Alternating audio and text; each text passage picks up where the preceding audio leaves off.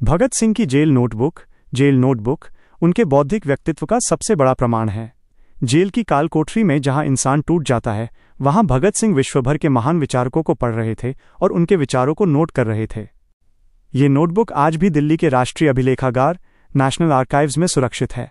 आइए जानते हैं इस ऐतिहासिक दस्तावेज की कुछ खास बातें। 1. नोटबुक की शुरुआत। जब भगत सिंह लाहौर जेल में थे तो उन्होंने 12 सितंबर 1929 को यह नोटबुक लिखना शुरू किया था। इसमें कुल 404 पन्ने हैं। ये कोई डायरी नहीं थी जिसमें वे अपनी रोज की बातें लिखते, बल्कि ये एक नोट्स कलेक्शन था।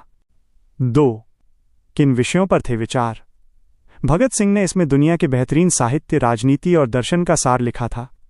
उन्होंने निम्नलिखित विषयों पर गहन अध्ययन किया: पूंजीवाद और समाजवाद, मार्क्स, एंगेल्स और लेनिन के उद्धरण, फ्रांसीसी क्रांति, स्वतंत्रता और समानता के विचार, अंतर्राष्ट्रीय साहित्य, विक्टर ह्यूगो, चार्ल्स डिकेंस और रूसो जैसे लेखकों की पंक्तियां, धर्म और नास्तिकता। इसी दौरान उन्होंने अपने प्रसिद्ध लेख मैं नास्तिक क्यों हूं की रूपरेखा तैयार की थी। 3. नोटबुक के कुछ प्रसिद्ध उद्धरण, कोट्स।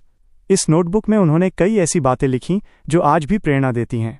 वे मुझे मार सकते हैं, लेकिन वे मेरे विचारों को नहीं मार सकते। वे मेरे शरीर को कुचल सकते हैं, लेकिन वे मेरी आत्मा को नहीं कुचल पाएंगे। इंसान तभी कुछ करता है जब वो अपने भीतर की आवाज सुनता है। 4. नोटबुक का महत्व। बौद्धिक क्रांतिकारी। यह नोटबुक साबित करती है कि भगत सिंह सिर्फ एक पिस्तौल चलाने वाले क्रांतिकारी नहीं थे, बल्कि एक बहुत बड़े विचारक और विद्वान थे। जेल में लाइब्रेरी। वे जेल को एक यूनिवर्सिटी की तरह इस्तेमाल करते थे। कहा जाता है कि उन्होंने अपने अंतिम 2 सालों में लगभग 300 से ज्यादा किताबें पढ़ डाली थीं।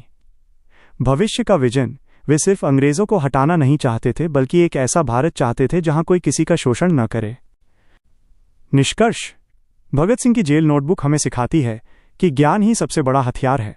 फांसी से कुछ मिनट पहले तक वे किताब पढ़ रहे थे, जो उनकी पढ़ने के प्रति दीवानगी को दर्शाता है।